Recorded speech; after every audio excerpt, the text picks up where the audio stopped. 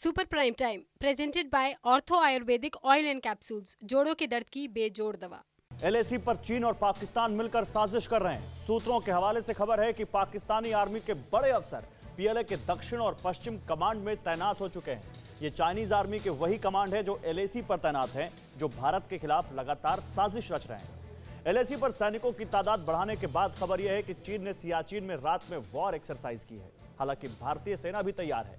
भारत के करीब 2 लाख जवान सर्दी में भी चाइनीज आर्मी को टक्कर देने के लिए मुस्तैद हैं।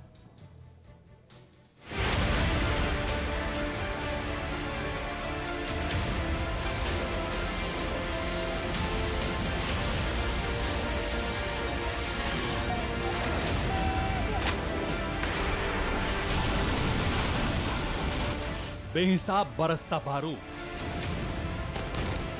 हवा में उड़ते ये अग्निबाण, चीन के ठिगने वर्दीधारियों की ये दौड़ भाग, ये कोहराम ड्रैगन के जंगी इरादों की व्याख्या है।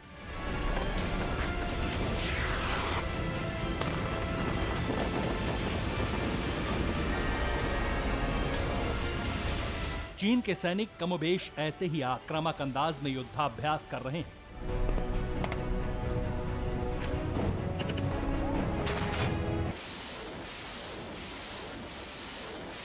हथियारों के साथ अपनी ताकत आजमा रहे हैं और ये सब लाइन ऑफ एक्चुअल कंट्रोल के करीब हो रहा है।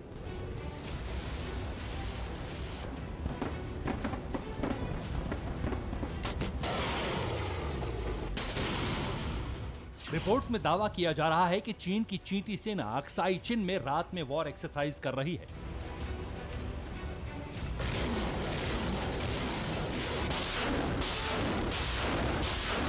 सूत्र बताते हैं कि पश्चिमी थिएटर कमांड के जनरल के आदेश पर लगातार चाइनीज आर्मी युद्धाभ्यास कर रही है।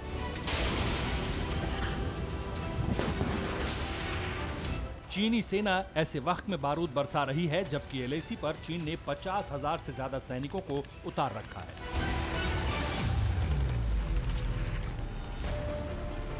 लद्दाख पर गिद्ध दृष्टि रखने वाले चीन ने विध्वंसक हथियार तैनात कर रखे हैं।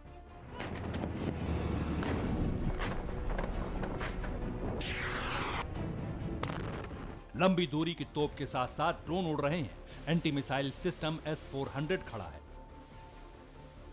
घुटना, कंधा या कमर, चाहे जैसा हो दर्द, डॉक्टर ऑर्थो आपको देता है दर्द से पूरी आजादी, एक भरपूर जिंदगी। ये कोई टेम्परेरी पेन किलर नहीं, आयुर्वेदिक औषधि है। जाहिर है ये चीन की लंबी साजिश का हिस्सा है। ऐसे में सवाल उठता है, क्या हिंदुस्तान के साथ चीन विध्वंसक युद्ध की तैयारी कर रहा है? क्या क्वाड का दबाव खत्म करने की रणनीति पर काम कर रहा है? उत्तराखंड से लद्दाख और सियाचिन तक क्यों एक्टिव हुआ है ड्रैगन?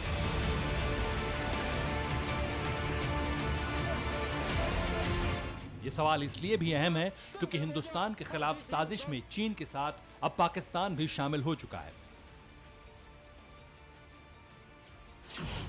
रिपोर्ट्स में दावा किया गया है कि पाकिस्तानी सेना का एक अधिकारी पीएलए के पश्चिमी और दक्षिणी कमांड में तैनात है।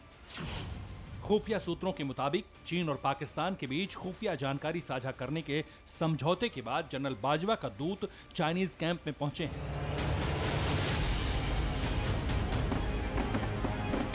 ऐसे में संकेत साफ है, चीन और पाकिस्तान मिलकर हिंदुस्तान को घेरने की साजिश रच रहे हैं।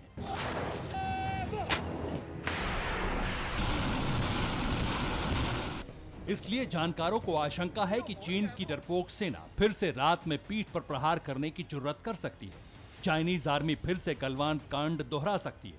हालांकि फिर से चीन के सैनिकों ने ऐसी हिमाकत की तो इसके लिए और जोरदार पलटवार करने के लिए भारतीय सैनिक तैयार हैं।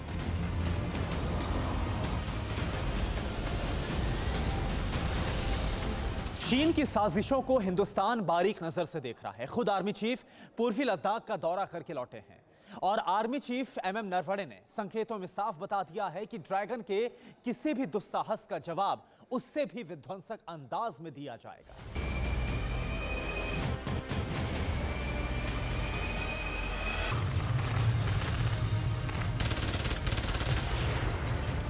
इस वक्त करीब 2 लाख हिंदुस्तानी जांबाज सरहद पर पहाड़ियों के बीच डटकर खड़े हैं।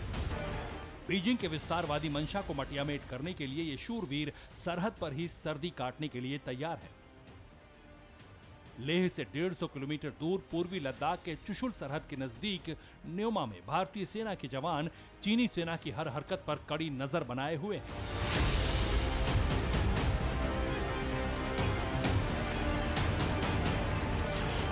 पूर्वी लद्दाख में वास्तविक नियंत्रण रेखा के फॉरवर्ड बेस पर नेगेव लाइन मशीन गन, टेवर 21 और AK-47 असॉल्ट राइफल से लैस गरुड़ स्पेशल फोर्स के जवान तैनात किए गए। इसके अलावा न्योमा में दुश्मन के विमानों और हेलीकॉप्टर्स को तबाह करने के लिए रूसी मूल के man portable air defence system को तैनात किया गया है। हिंदुस्तान ने K9 वज्रतोप की तैनाती भी कर दी है।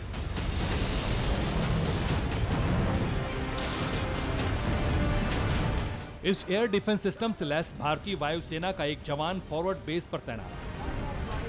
तेज गति से चलने वाले विमानों और हेलीकॉप्टर्स को तबाह कर सकता है। 16,000 से लेकर 18,000 की फीट की ऊंचाई तक शून्य से नीचे के तापमान में भारतीय सेना के जवान तैनात हैं।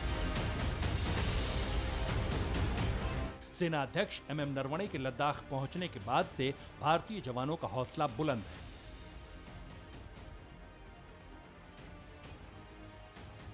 हालांकि भारत एक साथ दो नीतियों पर काम कर रहा है। एक ओर वो चीन की आक्रामकता का जवाब उसी के अंदाज में दे रहा है, तो दूसरी तरफ भारत शांति के पहल भी कर रहा है। भारत चाहता है कि इस समस्या का समाधान बातचीत से निकाल लिया जाए।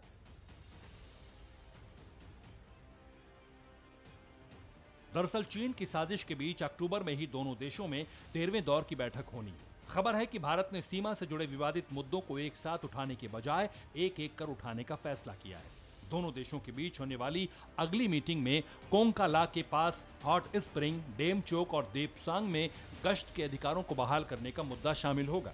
रिपोर्ट के मुताबिक भारत ने LAC पर टकराव वाले 18 पॉइंट्स में अपनी बात रखने की तैयारी कर ली है, ताकि दोनों पक्ष अपने तर्कों को लेकर स्पष्ट हों। हालांकि चीन इस पर कितना आगे बढ़ेगा, इसको लेकर संदेह है। इन सब के बीच जानकार यह भी बताते हैं कि LAC पर PLA के अचानक से एक्टिव होने के पीछे वजह क्वाड भी हो सकता है। प्रधानमंत्री नरेंद्र मोदी अभी हाल ही में क्वाड की बैठक से वापस लौटे हैं और क्वाड की इस बैठक में चारों देशों ने चीन को चौतरफा घेरने पर सहमति जताई है।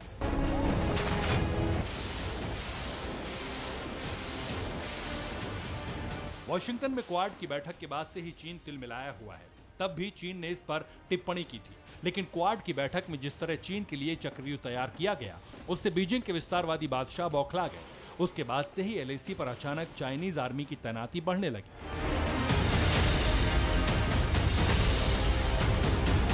हालांकि चीन की ये जैसी भी चाल हो, भारत हर तरह से जवाब देने के लिए तैयार है।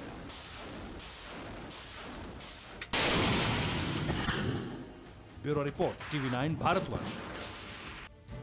उधर भारत और पाकिस्तान की अदावत का केंद्र POK है, जिसे आजाद कश्मीर का नाम देकर पाकिस्तानी हुक्मरान दुनिया भर में शोर मचाते हैं। लेकिन अब इसी POK में पाकिस्तान की नाक के नीचे हिंदुस्तान की एंट्री हो गई है। जगह है नौशेरा, जहां हिंदुस्तानी दल पाकिस्तानी आतंकियों के कैंप की रेकी कर रहा है और पाकिस्तान चाहकर भी कुछ नहीं कर पा रहा है। आखिर ऐसा कैसे हुआ? क्या कश्मीर में बढ़ी आतंकियों की घुसपैठ का लेटेस्ट इलाज भारत ने तलाश लिया है, या फिर यह भारत के खिलाफ हर आतंकी साजिश को नाकाम करने की एक रणनीतिक तैयारी है? इस रिपोर्ट में देखिए।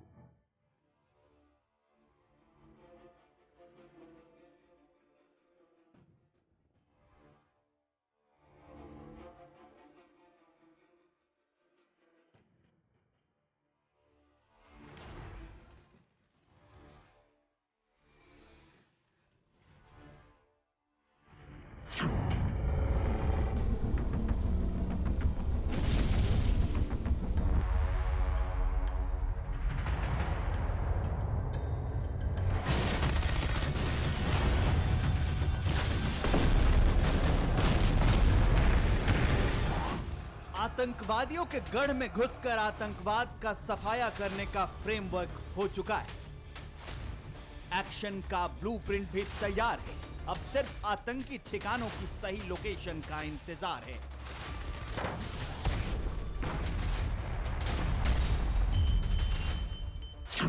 पाकिस्तान ने कश्मीर के जिस हिस्से पर अवैध कब्जा कर रखा है, उस हिस्से पर भारतीय दल ने एंट्री कर ली है। यह दल खुलेआम रेकी करेगा।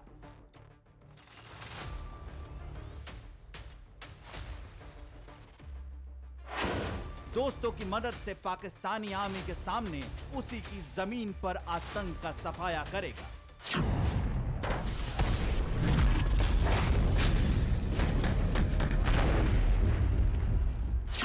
लेकिन दुनिया की कोई ताकत न तो भारत पर उंगली उठा पाएगी, न ही पाकिस्तानी हुक्मरान वैश्विक मंच पर गला फाड़कर चीख पाएंगे।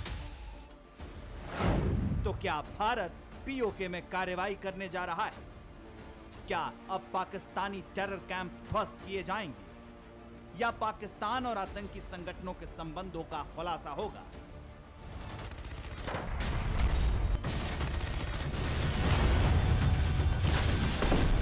दरअसल ये 3 सवाल ऐसे हैं जो सतही हैं, लेकिन हिंदुस्तानी आर्मी का पीओके में दाखिल होना इन सवालों की गहराई में खलबली मचाने वाला खुलासा है। इसलिए सवाल उठ रहे हैं और इनका जवाब भी तलाशा जा रहा है। बतौर जवाब, पाकिस्तान का भविष्य स्याह अंधेरे में डूबने के संकेत गहरे हैं, क्योंकि पाकिस्तान ने खुद भारतीय आर्मी को पीओके में आमंत्रित करने की गलती कर ली है, वो भी आतंकी कैंप्स के करीब एंटी टेरर एक्सरसाइज में हिस्सा लेने के लिए। जगह Naushera sector, location POK. POK में मौजूदा लोकेशन यही है। यहां एंटी टेरर एक्सरसाइज के लिए भारत का 3 सदस्यीय दल मौजूद है। यह एक्सरसाइज शंघाई कोऑपरेशन ऑर्गेनाइजेशन के सदस्य देशों की है, जिसे पाकिस्तान ने आयोजित किया है। हालांकि भारत के इसमें शामिल होने पर असमंजस की स्थिति बनी हुई है, लेकिन प्रधानमंत्री नरेंद्र मोदी ने फैसला लिया और पाकिस्तानी दूतावास में मौजूद 3 अधिकारियों की टीम को इस एक्सरसाइज में शामिल होने के लिए भेजा गया। अफगानिस्तान में तालिबान के काबिज होने और सरकार के गठन के बाद पाकिस्तान की तरफ से एससीओ का पहला सम्मेलन आयोजित किया गया है, जिसमें भारत सीधे तौर पर तो नहीं, लेकिन हां, एक ऑब्जर्वर की भूमिका में शामिल है। हालांकि इसमें भारत के अलावा चीन, रूस, तजाकिस्तान, तुर्कमेनिस्तान, उज्बेकिस्तान और किर्गिस्तान जैसे देशों की टीम भी शामिल है। लेकिन भारत का इस एक्सरसाइज में शामिल होना चर्चा का केंद्र इसलिए बना हुआ है क्योंकि 3 से 6 अक्टूबर के बीच होने वाली ये एक्सरसाइज खैबर पख्तूनख्वा के नौशेरा सेक्टर में हो रही है। घुटना, कंधा या कमर, चाहे जैसा हो दर्द, डॉक्टर ऑर्थो आपको देता है दर्द से पूरी आजादी, एक भरपूर जिंदगी। ये कोई टेम्परेरी पेन किलर नहीं, आयुर्वेदिक औषधि है।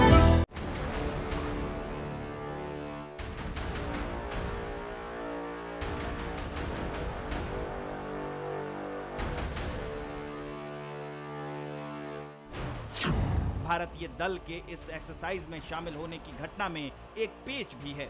सूत्रों के मुताबिक इसमें भारतीय सेना का कोई प्रतिनिधि नौशेरा नहीं पहुंचा है, जबकि नेशनल सिक्योरिटी काउंसिल सेक्रेटरीट की टीम जरूर है। मुमकिन है कि पाकिस्तान में पल रहे आतंकियों के दबाव में इस तरह का फैसला लिया गया हो, लेकिन विशेषज्ञ मानते हैं कि भारतीय सिक्योरिटी काउंसिल सेक्रेटरीट की टीम का शामिल होने का मतलब ही है कि भारतीय आर्मी पीओके में पहुंच चुकी है। लेकिन ऐसा क्यों? कारण समझिए। दावे के तहत एससीओ की एंटी टेरर एक्सरसाइज पर भारत निगाह रखेगा। पीओके में जहां एक्सरसाइज हो रही है, वहीं आतंकी अड्डे हैं। भारतीय दल नौशेरा के आतंकी अड्डों की जानकारी लेगा। एनएससीएस की टीम पाकिस्तान के खिलाफ सबूत जुटाएगी। टेरर कैंप के सबूत भारत विश्व समुदाय को दे सकता है और आर्मी को पीओके में अटैक के लिए पुख्ता टारगेट मिलेंगे।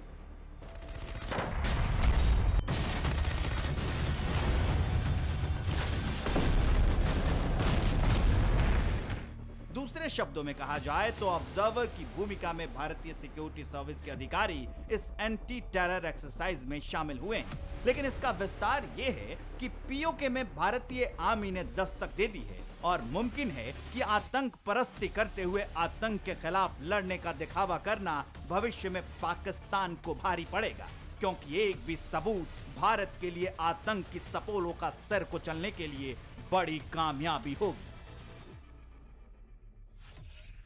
और माना जा रहा है कि न सिर्फ एससीओ की एंटी टेरर एक्सरसाइज से ये मौका भारत के हाथ लगने वाला है, बल्कि कश्मीर में होने वाली बड़ी वारदात की कोशिश भी भारत को खुद सबूत सौंपने वाली है। आतंकियों की नजर जम्मू कश्मीर पर। एक तरफ एससीओ की एंटी टेरर एक्सरसाइज जारी है, जहां भारत पाकिस्तान की आतंक परस्ती के सबूत जुटा रहा है, तो वहीं पाकिस्तान के आतंकवादी जम्मू कश्मीर में घुसपैठ करके खुद पाकिस्तान और आतंकवादियों के ताल्लुक के सबूत सौंप कर जा रहे हैं। दावे के तहत 2019 में अनुच्छेद 370 हटाए जाने के बाद ये पहला मौका है जब आतंकियों की घुसपैठ में तेजी आई है, और इनमें ज्यादातर आतंकवादी जैश-ए-मोहम्मद और लश्कर-ए-तैयबा के हैं। EU टुडे ने निकाई एशिया के हवाले से खबर को प्रकाशित किया है, जिसमें इस बात का दावा किया गया है कि अफगानिस्तान पर तालिबान के कब्जे के बाद जम्मू कश्मीर में पाकिस्तानी आतंकवादियों ने अपनी घुसपैठ को बढ़ा दिया है, और इसमें जो आतंकवादी हैं वो पंजाब प्रांत और अफगानिस्तान की सीमावर्ती जनजातीय इलाकों से ताल्लुक रखते हैं। दावा यह भी है कि अफगानिस्तान में तालिबान और हक्कानी ग्रुप की ओर से ये आतंकवादी लड़ रहे थे। जुलाई से लेकर अब तक करीब 50 आतंकवादी जम्मू कश्मीर में घुसे हैं और सक्रिय हैं।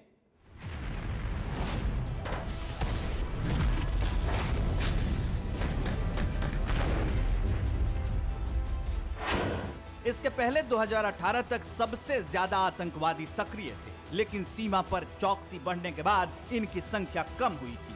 पर अब सूत्र आशंका जता रहे हैं कि जैश और लश्कर के आतंकी हिंसक वारदातों को अंजाम दे सकते हैं, और अगर ऐसा हुआ तो पाकिस्तान पूरी तरह दुनिया के सामने बेनकाब हो जाएगा, क्योंकि भारत के पास सबूत होंगे और अमेरिका भी भारत के साथ होगा। कैसे, इसे भी जान लीजिए।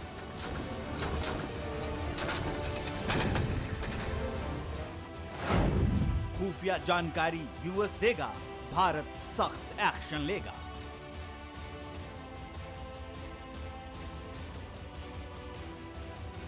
अच्छी खबर यह है कि आतंक के मोर्चे पर बहुत कुछ भारत के पक्ष में होने वाला है। भारत और अमेरिका के रक्षा उद्योग और संयंत्र आपस में खुफिया और क्लासिफाइड जानकारियां साझा करेंगे, और इस डील को सैद्धांतिक मंजूरी दे दी गई है। अब भारत अमेरिका दोस्ती का अगला आयाम क्या होगा, इसे भी समझ लीजिए। साझेदारी के लिए भारत यूएस की ज्वाइंट फोर्स बनेगी। रक्षा उद्योग में आत्मनिर्भरता के लिए दोनों साथ आएंगे।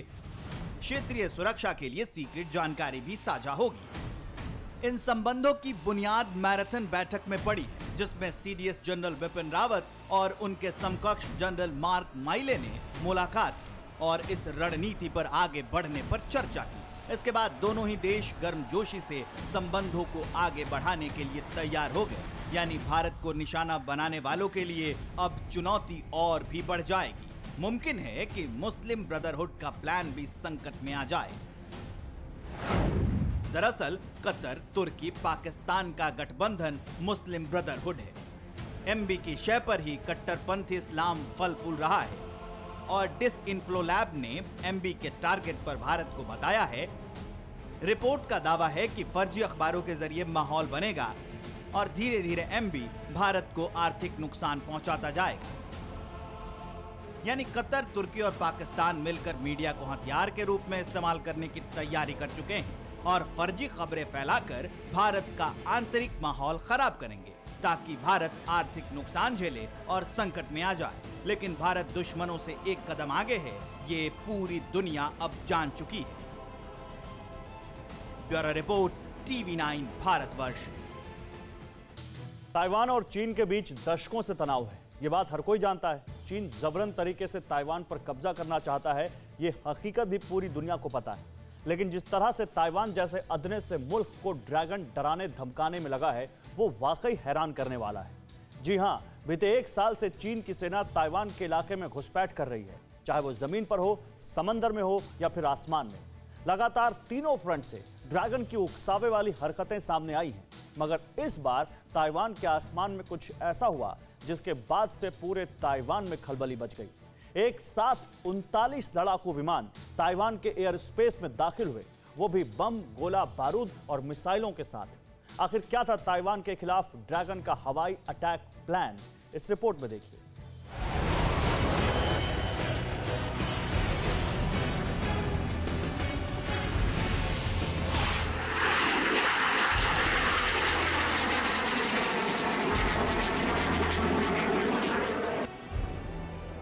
एक के बाद एक ताबड़तोड़ अंदाज में जंगी जेट का झुंड टेक ऑफ करने लगा। इस जंगी बेड़े में कुल 39 विध्वंसक लड़ाके थे। पीएलए की ईस्टर्न थिएटर कमांड से उड़ान भरने के कुछ ही देर बाद चाइनीज फाइटर्स का ये बेड़ा ताइवान के एयर जोन में जा घुसा।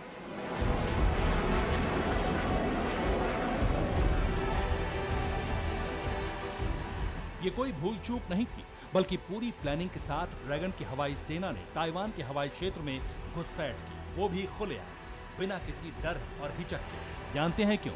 ताइवान को धमकाने के लिए, ताइवान की सेना को उकसाने के लिए।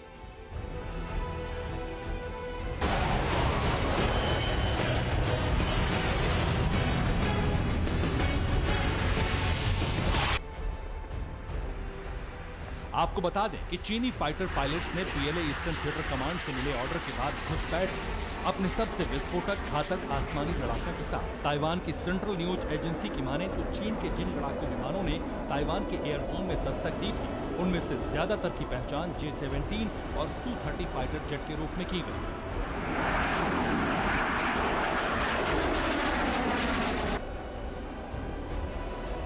किलर मिसाइल और गाइडेड बम से लोडेड जंगी विमानों का ये काफिला जिस तरह ताइवान में दाखिल हुआ, उससे सनसनी मच गई। एक बार तो ऐसा लगा कि कहीं ड्रैगन ने ताइवान पर अटैक की तैयारी तो नहीं करी। जैसे ही चीन के लड़ाकू विमानों ने ताइवान के एयर जोन में एंट्री मारी, ताइवान के डिफेंस सिस्टम एक्टिव हो गए। मिसाइलों और लड़ाकू विमानों को रिएक्शन का ऑर्डर दे दिया गया, मगर इससे पहले ही चीन के जेट ने रास्ता बदल दिया।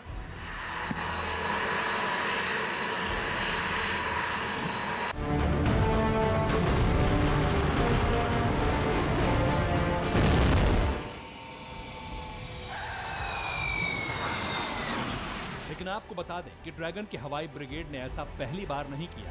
बीते एक साल से चीन की वायुसेना के लड़ाकू विमान और बॉम्बर ताइवान की सीमा में घुसपैठ करते रहे हैं। मगर इस बार तो जिनपिंग की वायुसेना ने हद कर दी, क्योंकि बीते कुछ दिनों से लगातार चीन के लड़ाकू विमान भारी तादाद में ताइवान के हवाई क्षेत्र में दस्तक दे रहे थे।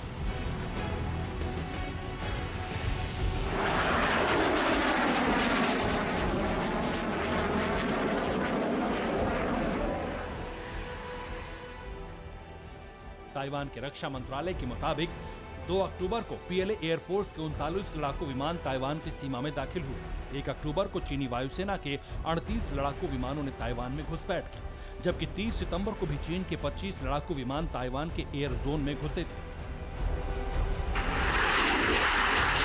घुटना, कंधा या कमर, चाहे जैसा हो दर्द, डॉक्टर ऑर्थो आपको देता है दर्द से पूरी आजादी, एक भरपूर जिंदगी। ये कोई टेम्परेरी पेन किलर नहीं, आयुर्वेदिक औषधि है।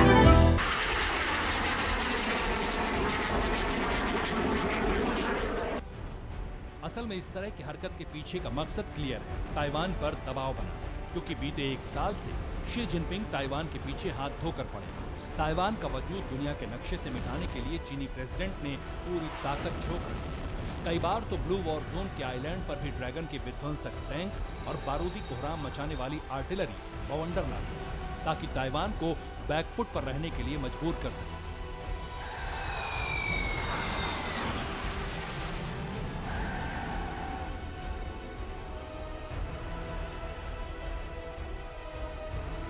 ड्रैगन कंट्री के प्रेसिडेंट की जंगी सनक इसलिए भी हिलोरे मार रही है क्योंकि ताइवान वही मुल्क है जो किसी चट्टान की तरह साउथ चाइना सी में डटा है, चीन की ताकतवर फौज के सामने।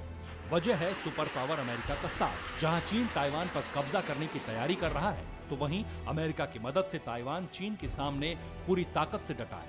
अमेरिका ताइवान को सैन्य मदद के साथ साथ हथियार भी मुहैया करा रहा है। बस इसी बात से ड्रैगन का माथा ठनका हुआ है।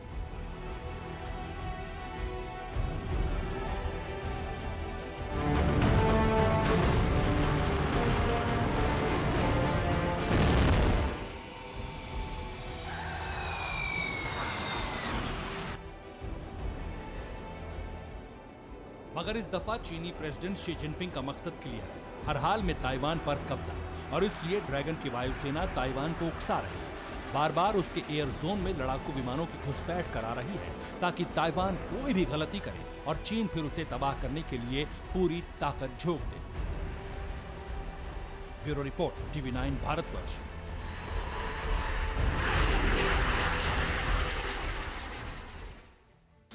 चीन और अमेरिका दुनिया की दो बड़ी अर्थव्यवस्थाएं हैं। इन दोनों देशों से ही दुनिया के ज्यादातर देशों की अर्थव्यवस्था जुड़ी है।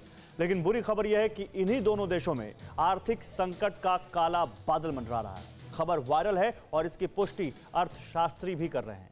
आखिर कैसे हुआ चीन और अमेरिका का ऐसा हाल, और क्या भविष्य में दोनों आर्थिक संपन्न देश पूंजीवाद के अपने ही बुने जाल में उलझकर पूरी दुनिया को विनाशकारी मंदी दिखाएंगे? जानिए क्यों हुए ऐसे हालात और क्या है भविष्य, इस रिपोर्ट में।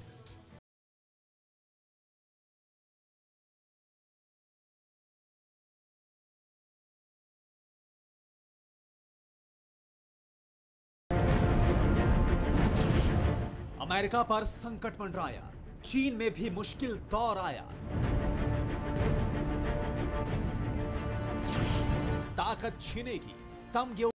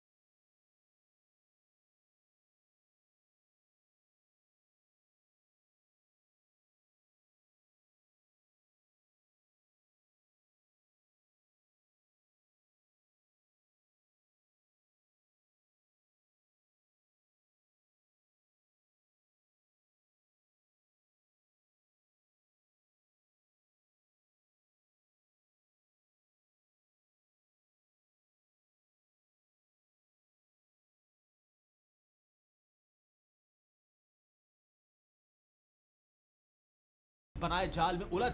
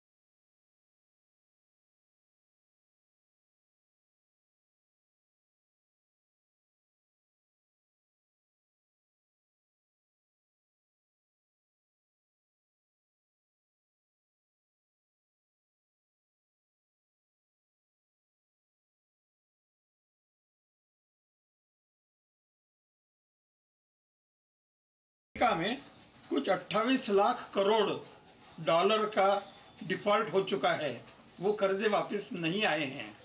और चीन में कुछ 8 लाख करोड़ डॉलर का डिफॉल्ट हुआ है, वो कर्ज वापस नहीं आए हैं। दरअसल अमेरिकी संसद में 19 अक्टूबर को कर्ज से डूब रही अर्थव्यवस्था को बचाने के लिए एक बड़ा फैसला होने वाला है। अमेरिकी कांग्रेस भविष्य की समस्या से छुटकारा पाने के लिए इमरजेंसी पावर हाथ में लेना चाहती है। अगर इमरजेंसी पावर कांग्रेस के हाथ में आती है तो फिर अमेरिका कर्ज वापसी के लिए दबाव भी बना सकता है या दूसरा कोई रास्ता अपना सकता है। लेकिन ऐसा नहीं होता है तो फिर सुपर पावर अमेरिका की अर्थव्यवस्था को रसातल में जाने से कोई नहीं रोक सकेगा। 19 अक्टूबर को उनके संसद की मीटिंग है कांग्रेस की, और उसमें वो इमरजेंसी पावर हमको दी जाए कि जिसमें अमेरिकन सरकार ज़्यादा के लोन बाजार से लें और ये खर्चा भर के निकाले, ऐसा वो सोच रहे हैं।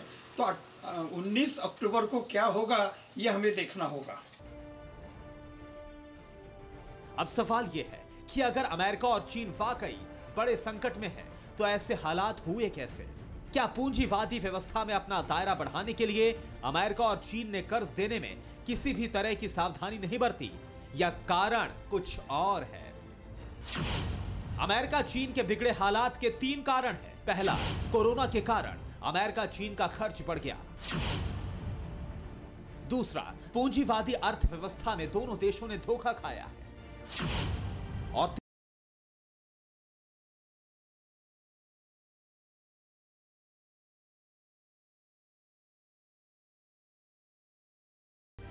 उसकी परमिशन कांग्रेस नहीं देती तो नया पैसा लाएंगे कहां से? ये अमेरिका का प्रॉब्लम है। और चाइना का प्रॉब्लम ये है कि चाइना ने आज तक कुछ 42 देशों में लोन दिए हैं और वो लोन वापस नहीं आ रहे हैं।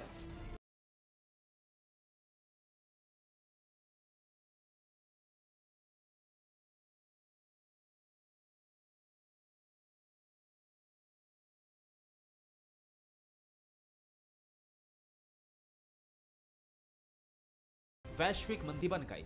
अब सवाल यह है कि इन हालातों के नतीजे क्या होंगे, इसे भी समझिए। दावे के तहत पूंजी के अभाव में यूएस चीन के खर्च में कटौती होगी। पूंजी की कमी से उद्योग बंद होंगे तो बेरोजगारी बढ़ेगी। आम लोगों की आय घटेगी तो मंदी और ज्यादा बढ़ेगी। और दावा किया जा रहा है कि अमेरिका चीन के इन हालातों का असर भारत में भी पड़ेगा। इसलिए भारत को इन आंकड़ों से सबक लेना होगा। उद्योजकों के हाथ में पैसा न होने से उन्होंने कारखाने बंद रखना, बेरोजगारी होना, मजदूर बेरोजगार होना, उनकी आय कम होना, उससे और मंदी बढ़ जाना, ये चीन और अमेरिका दोनों जगह हो सकता है और उसका परिणाम करके भारत में भी हो सकता है। इसलिए आज के जो ये आंकड़े आए हैं और ये जो बातमी आई है, ये हम सबके लिए एक चेतावनी है। हालांकि अभी अमेरिका और चीन के रुख पर निर्भर है कि इस वैश्विक मंदी से कैसे निपटा जाएगा। मुमकिन है कि अमेरिकन कांग्रेस को स्पेशल पावर मिल जाएगी जिससे संकट से उबरा जा सके और चीन भी कोई बीच का रास्ता निकाल लेगा। लेकिन ऐसा नहीं होता है तो फिर संकट गहरा जाएगा। Bureau report, TV9 Bharatvarsh. आगे बढ़ते हैं। क्रूज ड्रग्स पार्टी कांड में आरोपी आर्यन खान को मुंबई की किला कोर्ट ने 1 दिन की कस्टडी में भेज दिया है। इसके अलावा ड्रग्स केस के बाकी 2 आरोपियों को भी एनसीबी की कस्टडी में भेजने का फैसला लिया गया। लेकिन बड़ा सवाल यह है कि आखिर इस हाई प्रोफाइल ड्रग्स कांड का खुलासा हुआ कैसे एनसीबी की टीम को एक 5 स्टार क्रूज पर रेव पार्टी का क्लू मिला और कैसे 1800 लोगों के बीच से एनसीबी ने आर्यन खान समेत 8 लोगों पर शिकंजा कसा। देखिए रेव पार्टी का कंप्लीट एक्सरे इस रिपोर्ट में।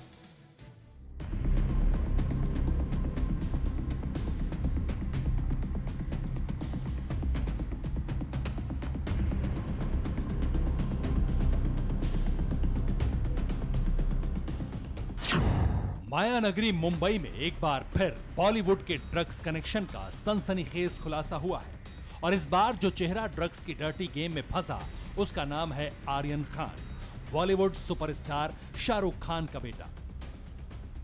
मुंबई से गोवा जा रहे क्रूज शिप में शनिवार रात नारकोटिक्स कंट्रोल ब्यूरो यानी एनसीबी ने छापेमारी की।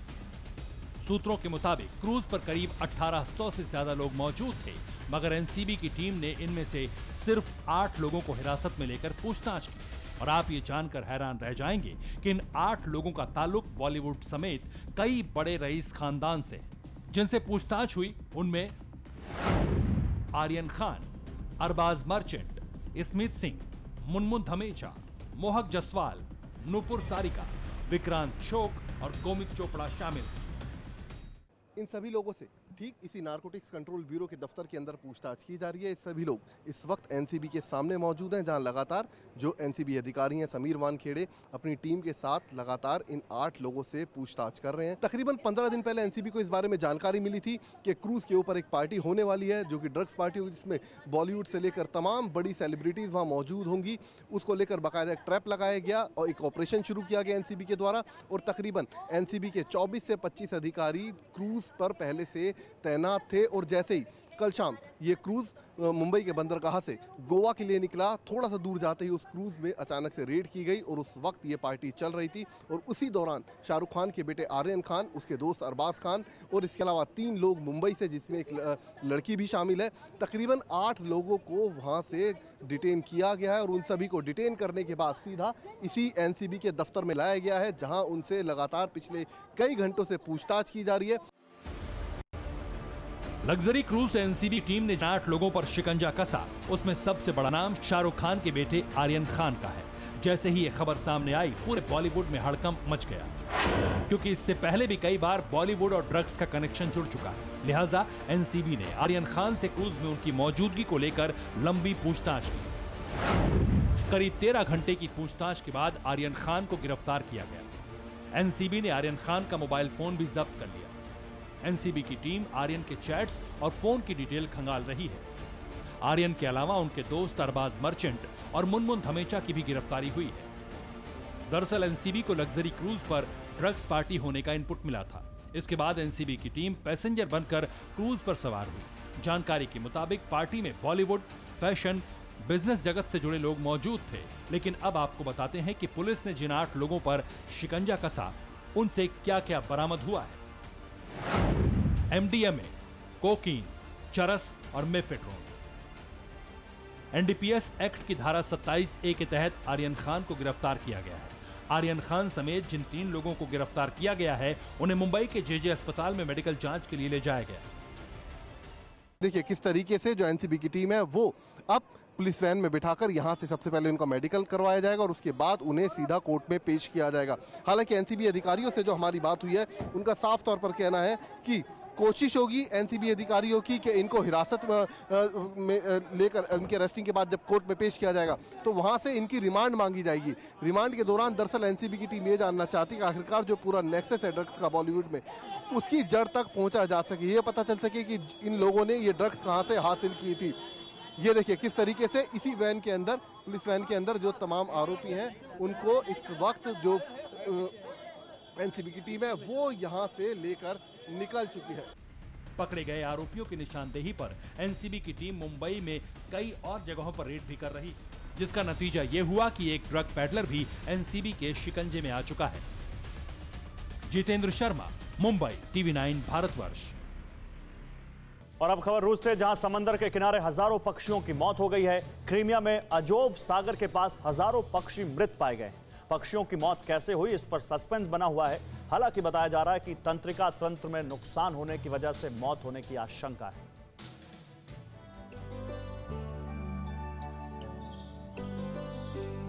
ये वो पक्षी हैं जो समंदर के किनारे उड़ते हैं, जो क्रीमिया में अजोव सागर के पास खूबसूरती को आकार देते हैं। ऐसे पक्षी अचानक दम तोड़ने लगे हैं। अजोव सागर के किनारे मरे हुए पक्षियों की कतारें देखी जा सकती हैं। समुद्र के तट पर कम से कम 7000 काले गर्दन वाले ग्रीप्स, समुद्री कबूतर और गुल मृत पाए गए हैं।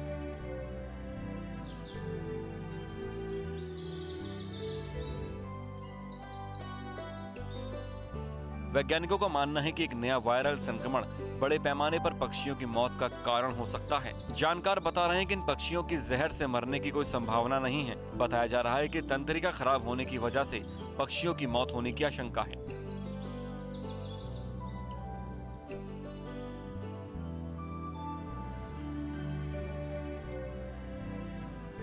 जानकारों का मानना है कि पक्षियों की केंद्रीय तंत्रिका तंत्र को नुकसान पहुंचा रही है। सबसे अधिक संभावना है कि यह किसी प्रकार का वायरस हो सकता है, लेकिन पशु चिकित्सकों की जांच के आधार पर ही अंतिम नतीजे पर पहुंचा जाएगा। संक्रामक रोग के कारकों के लिए उन्होंने जहर और इकोलॉजिकल सिचुएशन दोनों की संभावना जताई है।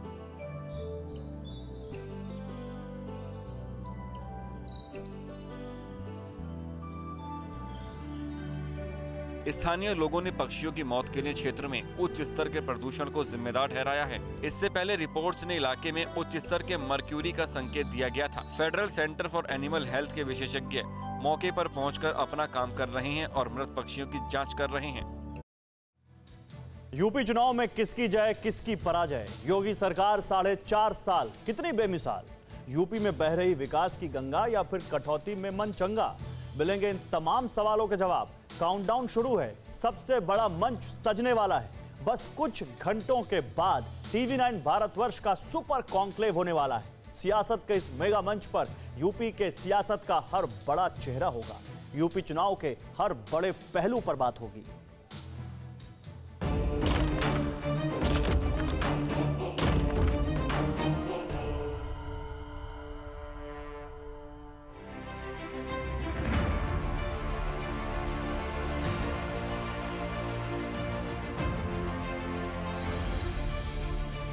उत्तर प्रदेश का सबसे बड़ा सियासी मंच, जहां 4 अक्टूबर सुबह 8 बजे से TV9 भारतवर्ष के सौजन्य से सबसे बड़ा कॉन्क्लेव होगा।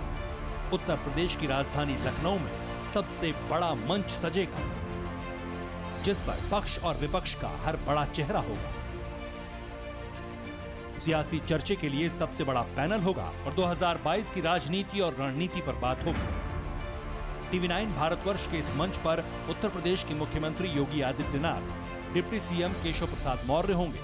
विपक्ष का पक्ष रखेंगे समाजवादी पार्टी के अध्यक्ष अखिलेश यादव, AIMIM के प्रेसिडेंट असदुद्दीन ओवैसी, कांग्रेस के सीनियर लीडर प्रमोद तिवारी। इनके अलावा केंद्रीय मंत्री स्मृति ईरानी, भारतीय किसान यूनियन के प्रवक्ता राकेश टिकैत और दलित बहुजन एक्टिविस्ट चंद्रशेखर रावण भी TV9 भारतवर्ष के कॉन्क्लेव सत्ता सम्मेलन में मौजूद रहेंगे। सत्ता सम्मेलन के मंच पर चर्चा यूपी की राजनीति पर होगी, बहस चुनाव पर होगी और इस सम्मेलन में साहित्य और कला का अनोखा समागम होगा। 4 अक्टूबर को दिन भर सजने वाले इस मंच पर मशहूर लेखक और कवि प्रसून जोशी, मशहूर लोक गायिका मालिनी अवस्थी और जाने माने कवि और शायर मुनव्वर राणा भी अपनी बातें रखेंगे। तो आप भी 4 अक्टूबर सुबह 8 बजे से TV9 भारतवर्ष के साथ बने रहिएगा और देखते रहिएगा यूपी चुनाव का सबसे बड़ा कॉन्क्लेव सत्ता सम्मेलन। Bureau report, TV9 Bharatvarsh. किसान का चेहरा क्या सिर्फ चुनावी मोहरा? ब्राह्मण शंख बजाएगा, किसको कुर्सी दिलाएगा? ओवैसी का प्लान, किसकी तरफ मुसलमान? साल 2022 के चुनाव का सबसे बड़ा मंच देखिए TV9 भारतवर्ष सत्ता सम्मेलन उत्तर प्रदेश, सिर्फ TV9 भारतवर्ष पर। तो कल सुबह 8 बजे से TV9 भारतवर्ष पर उत्तर प्रदेश सत्ता सम्मेलन देखना मत भूलिएगा। उत्तर प्रदेश का हाल, 5 साल कितने कमाल। यूपी किस पर राजी, क्या अखिलेश पलटेंगे बाजी? किसान का चेहरा क्या सिर्फ चुनावी मोहरा? ब्राह्मण शंख बजाएगा, किसको कुर्सी दिलाएगा? ओवैसी का प्लान, किसकी तरफ मुसलमान?